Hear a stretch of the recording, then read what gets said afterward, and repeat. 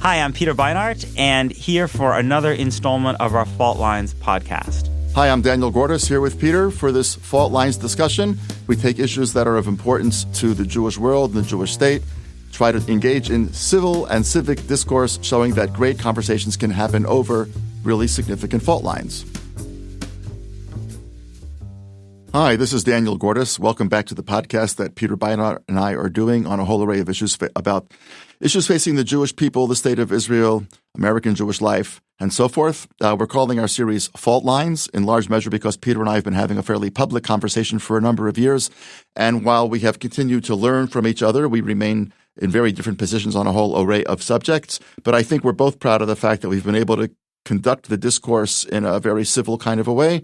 So we're trying to show that the conversation can happen over fault lines and despite fault lines, and hope that you will join the conversation by responding to us online and in other kinds of ways. What we're going to look at today is the whole question of what the Trump administration might mean for Israel. A complicated thing since we don't know a lot about what the Trump administration's positions on Israel are going to be. But we thought, given what we know now, a couple of weeks after the inauguration, we would take a stab at trying to figure out what might be going on. So I'll start out and then Peter will respond. There was, of course, a tremendous amount of euphoria on the Israeli right when Trump was first elected because he had said during the campaign that he did not see the settlements as an impediment to peace, which the Israeli right saw as something that was going to be either a carte blanche or a blank check for the settlement project. And then, of course, he appointed or nominated David Friedman to be America's ambassador to Israel. And Friedman is known for a whole array of things, but among other things, he's known for being very, very pro-settlement movement. So the Israeli right kind of celebrated very quickly and said that it was looking forward to a period in which, unlike the Obama administration, the settlement project could proceed full steam ahead. Naftali Bennett, who is the head of a party which is somewhat to the right of Benjamin Netanyahu's Likud party, Naftali Bennett began to speak openly about an opportunity to annex the whole West Bank and so on and so forth. But a couple of weeks into this administration, it's pretty clear that just like Trump is unpredictable on most things, he's unpredictable on this thing. When Benjamin Netanyahu announced to the settlers of Amona, who were evacuated at the beginning of February from a settlement that the Supreme Court had ruled had been constructed on private Palestinian land, Benjamin Netanyahu, at the end of the day, though trying to avert the Supreme Court ruling, ultimately failed to do that, and he was forced to send in 3,000 troops to evacuate a couple dozen people. He made a promise that he would actually build them a new settlement, which was going to be the first new settlement in 25 years, a pretty dramatic change in Israeli policy. And Trump came out right away and said, no, that's actually not a very good idea. That would not be helpful, was, I think, the way that he put it. Trump has so far abstained from saying anything about Israel's recent passage of a law that I think Peter and I will talk about in a different installment of this, in which Israel is now retroactively allowing kind of the annexation of pieces of Palestinian land. But it was obviously a law very much wanted by the Israeli right. And Trump said nothing about it and said that they would withhold comment until the Israeli Supreme Court rules. Most people think the Israeli Supreme Court is going to strike down that law. So it looks like the Trump administration is looking for a way out, not having to critique the law, but certainly not wanting to give the blank check to the Israeli right that many people were expecting. So I think we don't know exactly what's going to be. I'll just end with this, that I want to give Peter something definite to disagree with. I think that there's one good thing about the direction that the Trump administration seems to be going in the Middle East, and that is this, that the nature of the discourse now is about how the Palestinians are in a situation where time is not on their favor.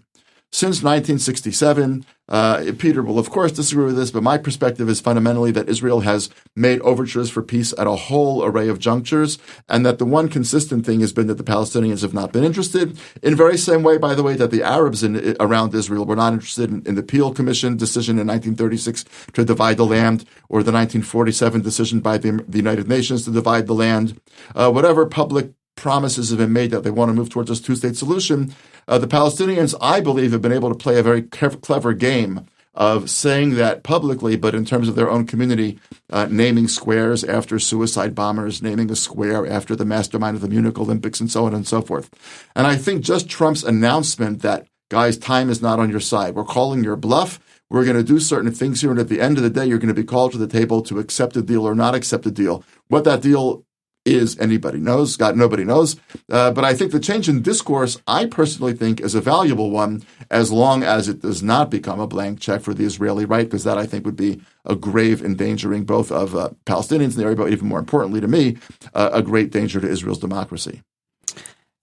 I disagree with that, but let me say something which is not in total disagreement, and that is that I think those of us who are on the left, who fundamentally oppose Israel's control over millions of people Palestinians in the West Bank who lack basic rights, both because we believe it's a fundamental human rights abuse, and also because we believe it endangers Israel's existence, have to recognize that part of the argument in recent years has been about the idea that the world would never stand for this.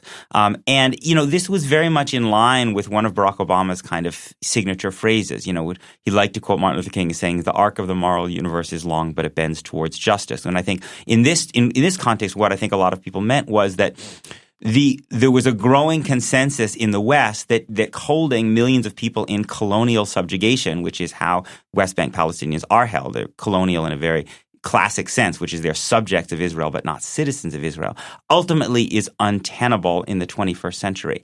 And I think that was based on a kind of progressive optimism about the fate of the direction of history that I think was, which I think I to some degree bought into, which I think was too sanguine, and was a kind of a replication in some ways of the kind of mistakes that progressives made in the early 20th century when they believed too simply that history was on a simple progressive course. The truth is that what we've seen now in the West, and I do think this is very bad for the Palestinians, is the rising kind of ethnic and racial nationalism that you're seeing not just in the United States, but that you also see in France and all over Europe, which essentially sees the West as a religious category, kind of Christendom. Has in some ways discarded the whole kind of universalistic language of human rights that I thought was going to be very empowering to the Palestinian cause. And I do think that puts the Palestinians in a very, very very, very bad place. And I think it puts Benjamin Netanyahu, and I'll end here, in a fascinating place, because in some ways what Trump wants to do is create a kind of an alliance of nationalists around the world. He's very friendly with Marine Le Pen, the Nigel Farage in Britain, and Benjamin Netanyahu fits very easily into that category of people, because Benjamin Netanyahu is hostile to international law and international institutions too. And I think in some ways Trump has given Netanyahu a new prominence that he certainly would not have had globally under Hillary Clinton.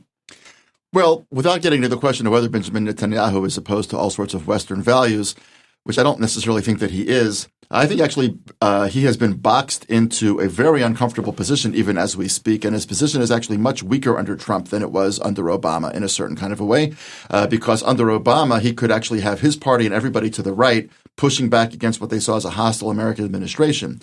Now he's actually being boxed in by the American left, the American Jewish left on the one hand, and his right flank on the other. And there are some people who think actually that he was the one who asked Trump to say that the building of the new settlement that he had just promised would not be helpful. In other words, he could say out of one side of his mouth to the settlers of Ammona, "I'm going to build you a settlement," and then to make sure that he didn't actually have to go ahead and do it, communicate to the White House somehow that they wanted Trump to come out and say that it wasn't an okay thing to do. But I want to come back to the long arc of justice and how it bends, the arc of what was it? Long arc of... The arc of the moral universe is long, but it bends towards justice. I just want to talk about the arc of the moral universe bending towards justice. Justice is ending colonialism. That's true. Whether or not the Israel example is colonialism, we can talk about. I wouldn't use that word. But the justice is also having the Jewish state recognized for being a Jewish state. And justice is also Israel's neighbors recognizing that because the United Nations voted on November 29, 1947, to create that state, that they should acknowledge its long-term existence. When Mahmoud Abbas says, as he does regularly, and others in his administration also say regularly, that the battle is over the West Bank today, but it's really at the end of the day over Tel Aviv and Ashkelon and Ashdod as well, which they do say, and they're unwilling to recognize Israel as a Jewish state, even though the Balfour Declaration recognized it as a Jewish state, even though it was clear that the United Nations recognized it as a Jewish state, if you meant home for the Jews, which is what I understand it to mean. I think that if we're bending that arc towards justice, part of that justice ought to be saying to the Palestinians, recognize the state of Israel. Say that if we could find a border that would be acceptable or at least equally unacceptable to both parties so that we actually both went back to our corners whimpering but willing to seize the conflict, would you end the conflict? And we're not hearing from the Palestinian leadership that they're willing to do that. So you can say that the lack of justice is the situation in which Palestinians are living on the West Bank. It's not necessarily pretty, I grant you. But you can also say that the arc of justice or the arc of injustice here or the injustice in this situation is the fact that for 50 years since the 1967 war, the vast majority of Israelis, and polls still show, by the way, that in 2017, a majority of Israelis still favor a two-state solution. Later on, we can talk about why I think that's never going to happen. But the majority of Israelis still favor a two-state solution. And I think justice would mean the Palestinians saying, yes, we recognize that Jews have a right to some space between the Jordan River and the Mediterranean Sea because it's their ancestral homeland also. Now, a couple of weeks after the Trump inauguration, we ought to be very careful about taking polls seriously. I understand that. But a whole series of polls show, and here I would suggest to readers that they find online a piece by my colleague at Shalem College, whose name is Daniel Palasar. It's in Mosaic magazine. It's called What Do Palestinians Want? And he surveyed there about 300 Palestinian public opinion polls produced and done by Palestinians, which showed that 80% of the Palestinian street does not believe that Israel has a right to any land between the Jordan River and the Mediterranean Sea. When Israelis see that kind of an attitude on the part of the street, they're really wondering how narrow should we make our country in order to accommodate those territorial aspirations of people who don't accept our very right to be here. I think if there's an arc of justice, it ought to bend in that direction as well. Right. So this is something we've talked about before, but we'll talk about it again because maybe people listening to the podcast haven't heard us go back and forth on this. I think it's important to remember that the PLO accepted Israel's right to exist in 1993. Actually, you can argue they did it in 1988, but certainly at the beginning of Oslo Accords, the entire basis of the Oslo Accords was the trade in which Israel accepted the PLO as a legitimate negotiating partner, and the PLO accepted Israel's right to exist. The entire Arab League in 2002 said that they would accept Israel's right to exist if there was a Palestinian state in the West Bank, if Israel returned to the 67 lines, and there was a just and agreed-upon solution to the refugee question. John Kerry actually got them to accept formally that there would be land swaps. So Israel would not have to go to the 67 lines, but there could be land swaps so Israel could take in some settlements and, of course, Jewish holy places in East Jerusalem. Now, so the whole linguistic move in the Bibi era from Bibi's defenders has been to say, oh, yeah, but that doesn't matter because they didn't accept Israel as a Jewish state, right? So I think there are a few problems with this. First of all, Israel itself that's not what Israel asked the Palestinians at the beginning. So Israel's moving the ball. Benjamin Netanyahu's moved the goalposts here. It's also not clear what Israel means by a Jewish state. Israel has never defined the term Jewish state itself. If you were to say, the Palestinians recognize Israel as a Jewish state without prejudice to the equal rights of Palestinian citizens living in Israel, you could probably come up with a kind of a compromise. The Palestinians have two, I think, concerns about this language of recognizing Israel as a Jewish state. The first is, what does it say about the rights of Palestinian citizens, often called Arab Israelis, inside Israel? The second is that code for saying that there will be no return of refugees? The return of refugees is one of the most difficult issues to be negotiated in this process. The Palestinians have actually made tremendous concessions on this question. We know that Saeb Erekat and Mahmoud Abbas only asked Israel to accept 150,000 refugees, for instance, in the 2007-2008 negotiations. But it is interpreted by Palestinians, I think, for good reason, that the acceptance of Israel as a Jewish state means that the refugee issue is off the table. You can't take the refugee issue off the table a priori, if only partly because most serious negotiators have recognized that the ultimate final part of any agreement would probably be the Palestinian accepting that there won't be an unrestricted refugee return in response for Israel allowing a Palestinian capital in East Jerusalem and some Palestinian control over the Temple Mount. I think those are two I'm getting into the weeds here, but I think I wanted to go into some detail about why I think it's not the question of Palestinian recognition of Israel as a Jewish state is a problematic thing. There's a lot to unpack there. You packed a lot in, which is great. Just say this, that in Oslo, when Oslo was signed and the PLO recognized Israel as a legitimate state and Israel recognized PLO as the negotiating address with the Arabs, of course, Oslo unleashed a huge round of violence, which was so deadly that actually Yitzhak Rabin, there is some evidence, was thinking about actually going back on Oslo. He was, of course, assassinated before we could do anything of that sort. But Israel's accommodations with Oslo unleashed a huge wave of terror. The same thing is true, of course, in 2000. When Israel pulled out of Lebanon in 2000, in the summer of 2000, many people saw it as a kind of an indication of weakness. And because of that, some people think we got the second intifada from 2000 and 2004. So you have to look not only at what the formal Arab entities say, but the question is really what happens on the ground. And what happens on the ground is Israel signs Oslo and Palestinian terror goes through the ceiling. Israel pulls out of Lebanon and Palestinian terror goes through the ceiling. And I think, yes, the answer, the refugee issue is a huge question. We disagree about what Jewish state would mean. As you probably know me well enough to know that I think that Arab citizens of Israel need to have all the civil rights that any other citizen of Israel, Jewish or not Jewish, gets. For me, the notion, if Israel's not a Jewish state, then there's really no justification for not allowing in an endless number of Palestinian refugees. If you're going to say that every Jew from anywhere in the world wants to come in, and if Israel's not a Jewish state, then why wouldn't you say that every Palestinian who wants to come in could come in? There's no justification for limiting the number of Palestinian refugees coming and not limiting the number of Jewish immigrants unless you say that Israel is a country that is designed to safeguard the future of the Jewish people. It is a country in which the Jewish people and its culture are central in a way that is very different, obviously, from most Western democracies. My own personal view is that that's what Bibi's doing. I don't think he's trying to move the goalposts. I think he's trying to make it clear that what we're negotiating with here is a group of people who have to recognize that the future of the Jewish people is always going to be the central concern of the Jewish state. And unless they accept that, and they're not just dealing with an ethnically neutral Western democracy that happens to have a lot of Jews in it, unless they're willing to accept that, then any negotiation is really going to be a pretense through which they're going to try to get unlimited numbers of Palestinian refugees to come back to Israel, thereby destroying either Israel's democracy or Israel's Jewishness, quite frankly, or both. Right. So then you've packed a lot in. I guess I would just note that violence did not start with Oslo. In many ways, Oslo was the result of the outbreak of the First Intifada, in which it became clear to Israel that it could no longer it could no longer easily go on maintaining the status quo in the West Bank because Palestinians were going to rise up and fight against that reality.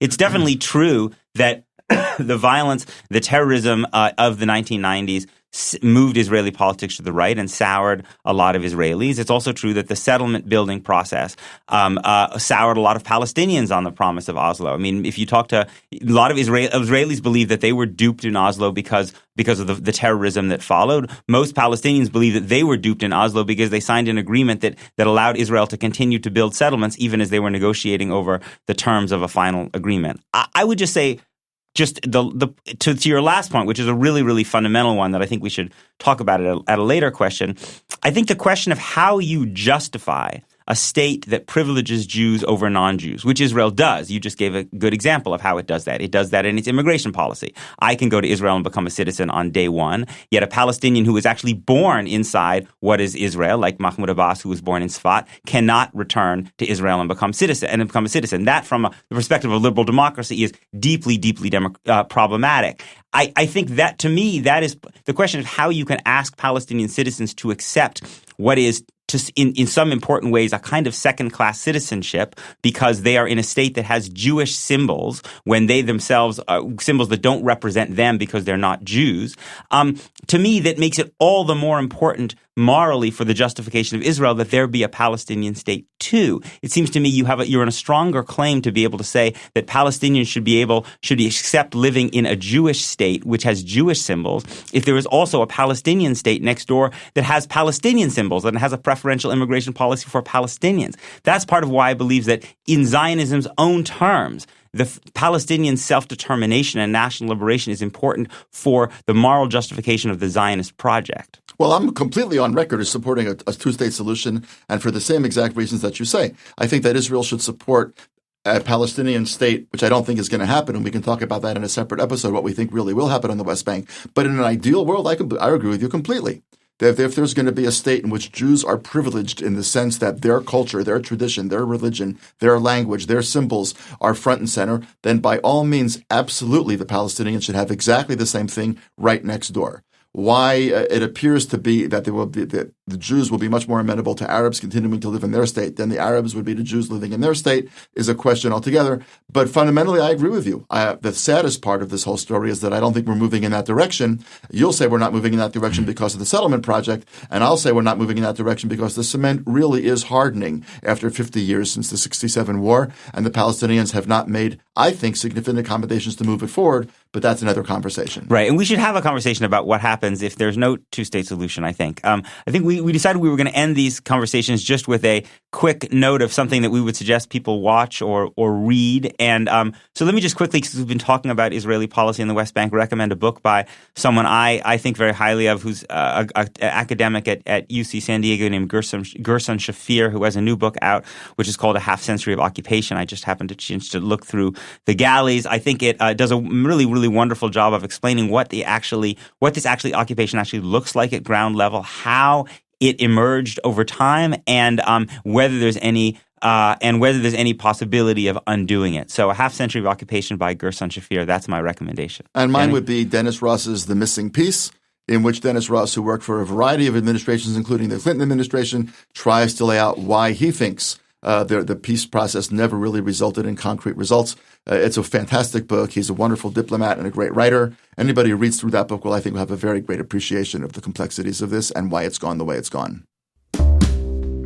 You've been listening to the Fault Lines podcast. You can find us on iTunes at The Forward, on social media pages of my friend Daniel Gordis and myself. This was recorded at the CUNY School of Journalism, the engineering done by Chad Bernard. Please keep an eye out for future episodes.